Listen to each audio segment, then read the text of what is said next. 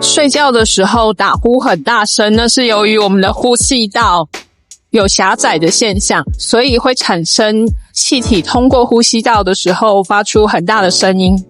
这样子的黏膜肿胀在中医来讲是一种肝经郁热的情形，因为我们的肝经的循行有经过我们的鼻咽上方，所以从中医的治疗上，如果能够清肝经的郁热，可以改善打呼很大声的状况。